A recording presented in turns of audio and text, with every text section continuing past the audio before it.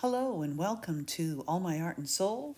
I'm Michelle Holden, and this is Abstract Art Journaling Series number 14. As you can see, I took the leftover paint from the previous page and I used my brayer and just rolled it across the glass palette. And each time I'm trying to choose a different direction, different amounts on the brayer to see what will happen. So this time I started horizontal, finished with some vertical, and I've called this exploring transparent layers because that's sort of what I had in mind right from the beginning, my intent. And this is your nickel azo gold, golden paint, which is so transparent, and I love its intensity when it's with other warm tones like yellow oxide or ochre. Now, this is my new deli wrap paper that comes in a package of 50. And I think in a previous video, or I'll show some more, using different tools to make quite high contrast marks black. This one was done with a bamboo skewer directly and on its side. The other one was just some, I think it's another stencil girl stencil, the little oval dots. I think you can look under organic shapes when you go to the website, and a bunch of interesting things come up. So I sat these papers for a day or two just to make sure I was still liking how they were, the composition. And I just wanted to trim off some because I didn't want so much of the layer underneath being covered. Now, as I am watching this video now and doing the voiceover, I love this stage, as I've said before, because I get to see things that I don't notice when I'm actually doing the page. I'm loving how it just translucently covers the underlying area of gray. So if I wanted that to come more with more contrast, I would further experiment with more black and white starts of different marks, thicknesses, and then put that paper over to see what happens. And I love the lower left-hand corner of dots and that little square, more of a rectangle, I should say, how it's showing the white, and you've got all these different layers, a mixture of translucency, high contrast, and I think I've selected the differences pretty well this time. Thinking size and thinking marks, thick, thin, vertical, horizontal. And what I wanted to do with the, what do you call it, the wax crayon that I use, the China marker, I wanted to emulate the similar marks on the previous layer as the ones that I'm putting down right now that I just tore away. Sort of just a different, similar marks, but in different, I guess, different layers. So that sort of emulates different things. And so when I pause, I'm just thinking of, thinking of another thin layer. So these are my hexagons. These are just geometric stencils that I ordered from Amazon. They have them both in the 7 or 7.5 inch and 12 inch. So the 12 inch were definitely more expensive, but I think for my paintings and when I start to move to bigger work, I will definitely want to have some of those. So changing from transparency to more opacity, but still bringing in more of that nickel azo gold and getting a really neat orange. I think the oranges that we can make are so much more interesting. But along later on, I just get, I think it's a Liquitex It might be the other brand, sort of a student brand, but on this paper, on your journaling, you don't need to worry so much about using such expensive paint, unless you want to, of course. So what I'm doing here is I'm just trying to put another layer on, and as I'm covering different things, creating some more calm space in and around the things that I like, and it's making them pop out more. I may or may not like now my choices, but I think pretty much this piece is really coming together quickly. But then I take it. I have a picture. I stop this frame and take a photo, or just the freeze frame of this stage, which I really like it. I should have stopped. Maybe not. That's not the right word. Maybe not. I should have. I could have, but I chose not to, or I didn't see it. And so I'm going to take this information to my next page and see how we just gradually learn to discern what we like and don't like. So I'm really loving this upper right-hand corner of black hexagons with a thin, I think it's, that soft gray. So it isn't white. So it's continuing the gray from the left over and just playing with different opacities of this tone. So I'm trying to quiet down the different, call them flashlights of white, bringing the eye down, mixing the different values. So now we're playing with value. And I just love how the brayer does some lifting, and it just flattens out any brushstrokes that I just don't like them. That's just a personal preference, I think. So here comes another layer on top. So this will now be a four layers in this one area.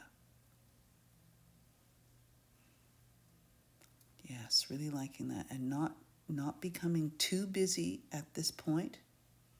So I decided, okay, so let's take this across, sort of a subtle diagonal, but right across the page. And it does guide the eye along. And I love this page. Oh, so the blue and the orange and the black, and that was just made from my brayer. Or I think I may have just had some paint left on the palette, and I just pressed it on top and in different positions, and that's just what happened. So I'm just loving this little tiny bit of blue, which I then took just a little further. Yes, and I'm liking that. And that's just some graphing paper. It's great to use it white. You can also dye it with tea or coffee to give it just an antiqued look, which I think I will also do. And thank you, subscribers, for sharing some of your information about different text and how you get different text pages, just, using words, etc. So this is where this shape, I like this page. I could have left it just as it is, and now I would have. But what happens to the page is really cool, and it turns out really interesting. As you can see, I'm just moving it around, seeing where this big shape. So I wanted a big shape, but didn't realize the big white shape in the upper right, which is subtle with its edges, is already there. And I could have left it just as it is right now. It would have been finished. Just a different feel. But I think this stage is closer to what I was looking for, and what am I doing with black? So as you can see, I'm thinking, okay, not bad. But I end up covering that up because it's just too much. And now the eye fixes on that. And this is where we just learn. We just learn, oh, we could have stopped there. So you'll see I'll just take a minute to look at what I've done. I keep trying to bring that piece back. And I end up covering that vertical black, thick black line, at least part of it. So now as the scale, that half circle gets trimmed down, it's fitting much better.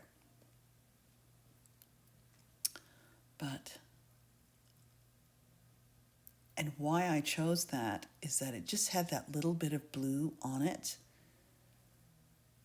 And now I'm going to come in with some more, but just very lightly, just to continue those shapes across. So I can, just create some more horizontal areas, which in the end of this page, if you keep watching this video to the end, it turns out not to be so much in thirds, but fifths. So it's always good to have, you might have 6 sometimes, 5 different sized horizontal areas. So this is looking much better that I've trimmed that. And that other shape in the background sort of caught my eye, but it really wasn't necessary. So then I just sort of let it disappear. So I'm just creating some more quietness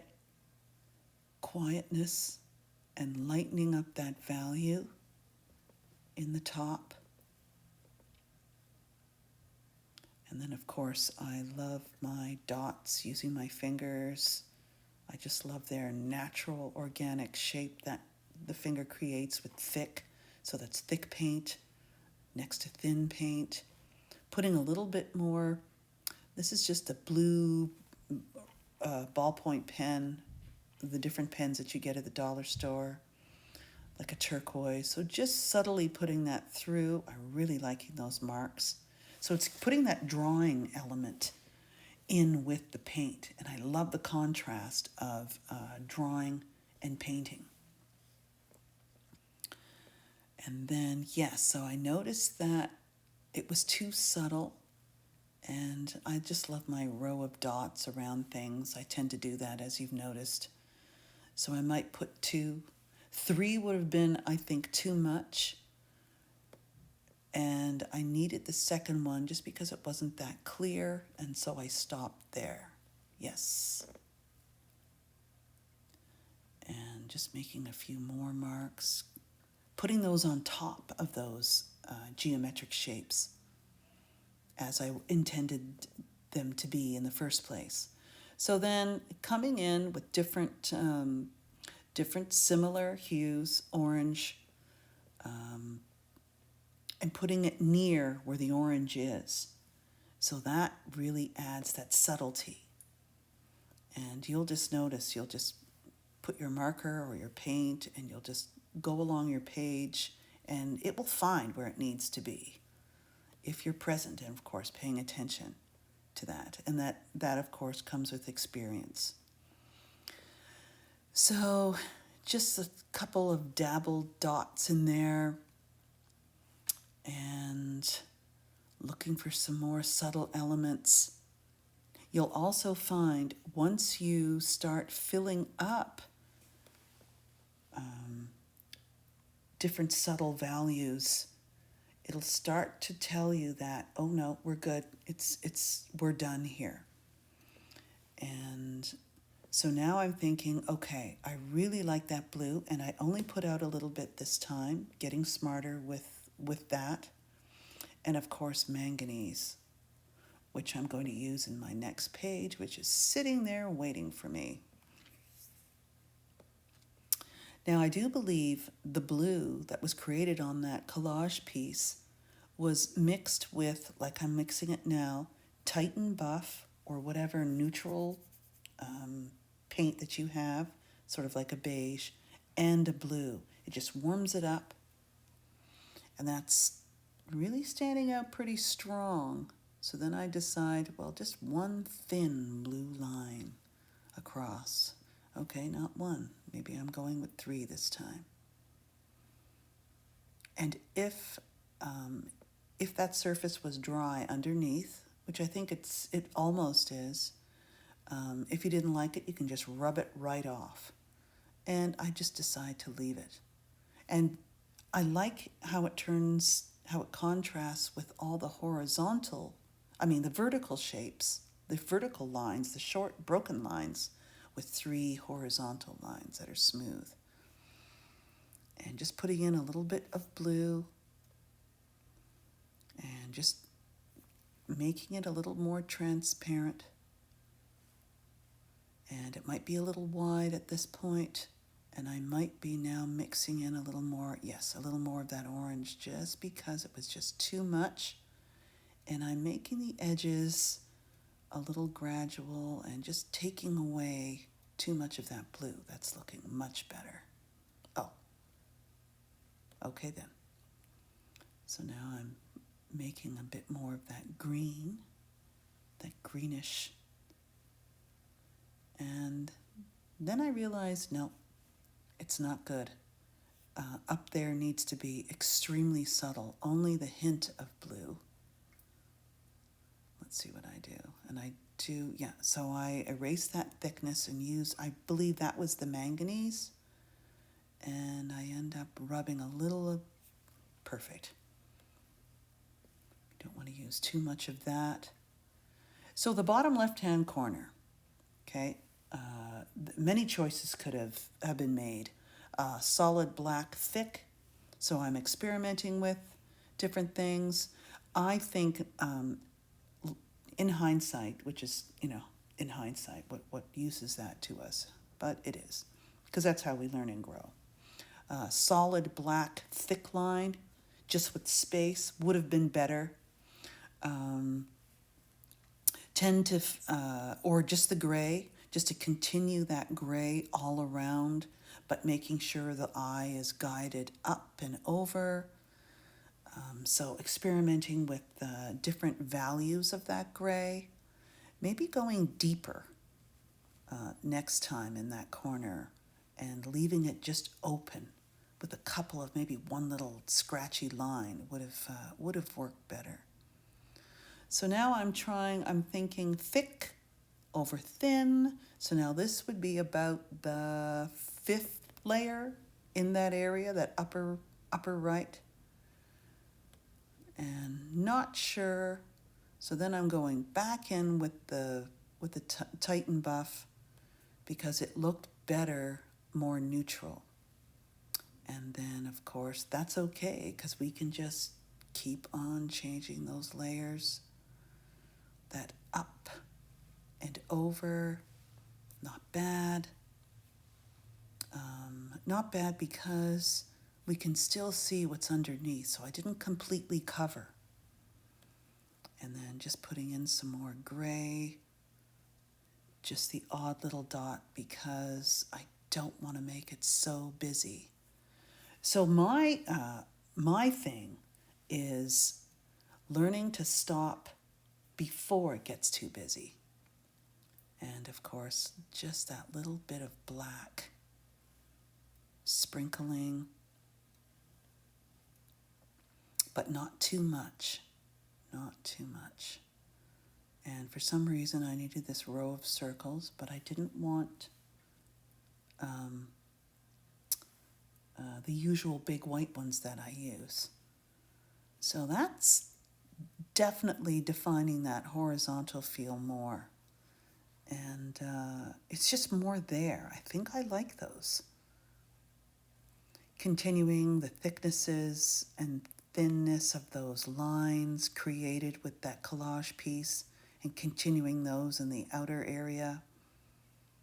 So as you can see, I sort of grabbed that stripe page and realized, you know what? I think I'm done. And this tape, I didn't really need too much of the dryer. because there was a nice layer of gesso on this page, which then makes it really, really easy. So as I continue to add some final details to this page, don't forget to like and subscribe if you are enjoying this content.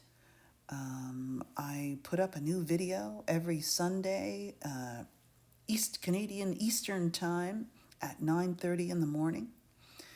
And don't forget to hop on over and join my Facebook group if you want to show some of your work, if you're creating along with me. I would love to have you in our group. I think we're almost at 60 members right now, so awesome. And as you can see, sometimes we need to go back, and that definitely gives it some more definition. So I wasn't happy with the eye coming down, obviously, so I just added a few of those black dots. And so after I let it sit a day, I came back, and these two papers were calling me. For some reason, I really like the possibility of expanding the warm area just in that middle right-hand side. Loving that area, but I think showing some true yellow oxide, like the pure color, just a little bit. That's the brush that I use with my Liquitex Heavy Gel Gloss. And why I liked it is that where I put this, I believe, covers that row of circles that are sort of on a diagonal. And I realized I needed, with white, just to cover up or redefine those geometric shapes, but in a different way.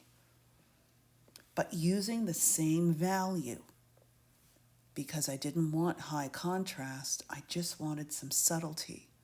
And I think I bring that down. And this is a makeup brush, just the inexpensive ones at the dollar store. And not all the time do I come back to a page, but this one was just calling me. And you know what? I think I'm experimenting with a new microphone, which wasn't loud enough. I just use my regular Osmo Pocket, but now I've got a clip-on, so I'll be able to do real live voiceovers while I'm creating, which is a little tricky.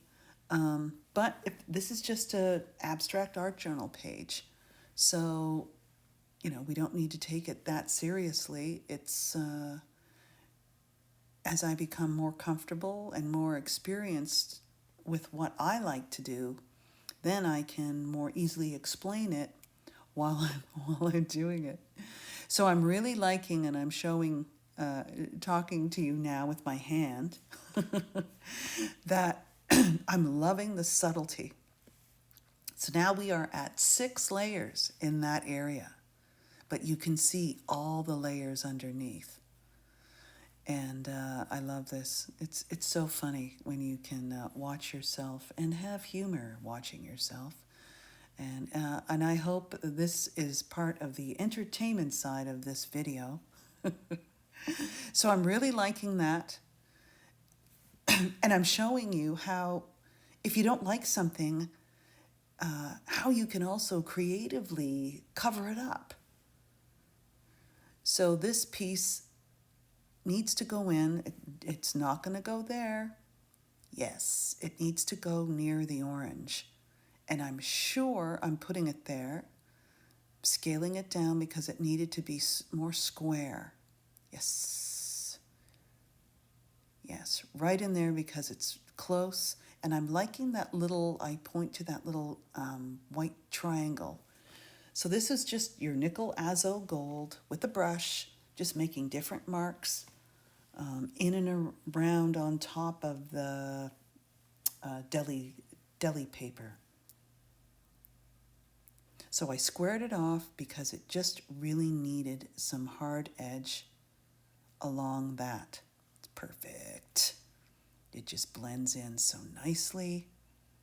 And I think what's working is that it's just partially covering and pushing those lines and circles back. So instead of just totally obliterating things, which I used to do, and then, now I'm just starting all over again with nothing, you're pushing back layers, and that's what I'm talking about right here. No, I wasn't really talking to myself. I was talking to the camera, but the sound just wasn't loud enough. And you see how I'm talking about extending that gray outward, and it's pushing back those vertical lines one more layer. So really liking the space around those little gray shapes. This is really adding some subtlety to this piece. But what it's doing, it's really drawing that eye downward from the top. So that's why it's working. And I'm really liking how I lightened up the value. So here comes that pure orange, and I only added a tiny, tiny bit. So now it's making all of those warm tones pop in there just because of that contrast. And then I do add just a little bit to this shape just to make it show a bit more. And realizing that, it needed a little bit more of the ochre or yellow oxide. Doesn't matter which one you use.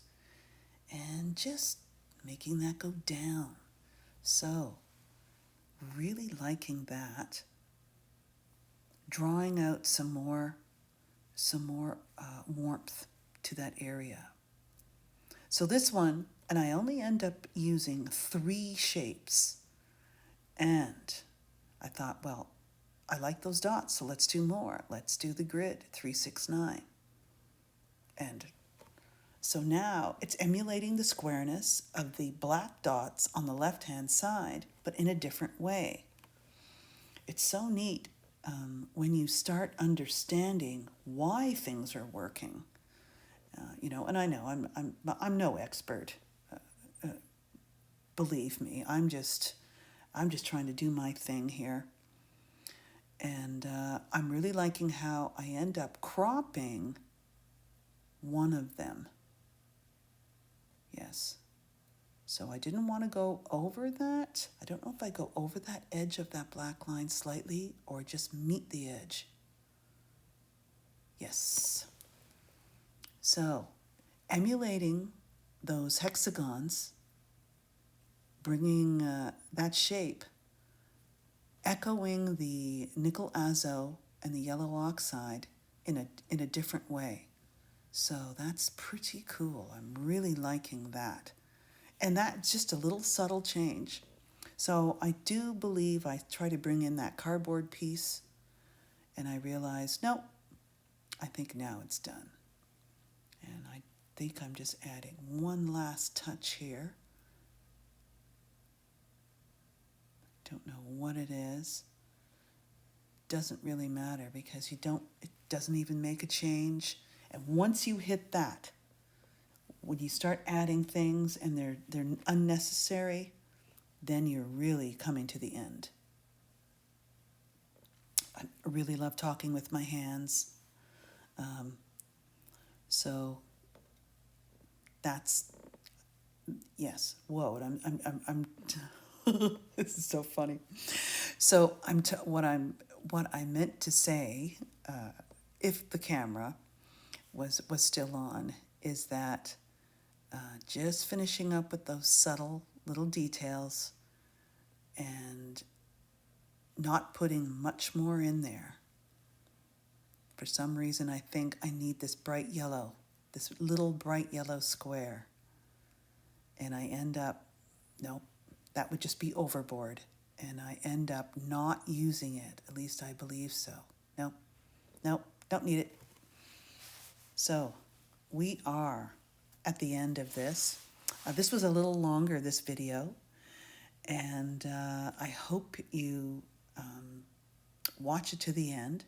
This tool is your painter's tool for house painting, and I just wanted to clean it up. I'm learning how to use it on the art journal, which is a little tricky because you already has you have the coils all the time lifting up the edge, but it's very flexible. So if you push it down, it can make a really clean edge.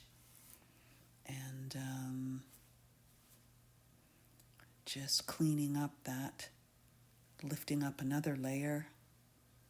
Oh, I'm coming in with some more black. So I'm still unsure about that lower left-hand corner and trying to draw the eye up. It could have gone both ways, solid black or gray, maybe not both. Too busy around that area. So I noticed that, which is interesting. And all in all, I think this piece was pretty successful.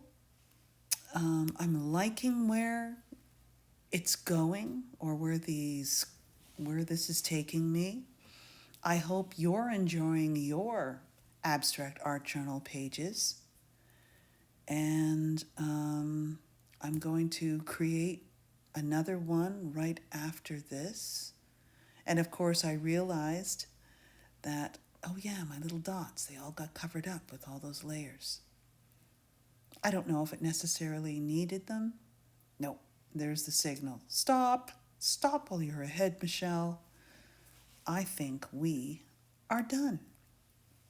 So at the end of this video, I've got two images. The overall one that I usually show and a close-up of where the 9 white dots are. And you can see much clearer the subtleties that I'm talking about. And I'm going to finish talking, I guess, a little bit longer. And I hope you enjoyed this video. This is one close-up. I hope to see you in the next one. So, bye for now.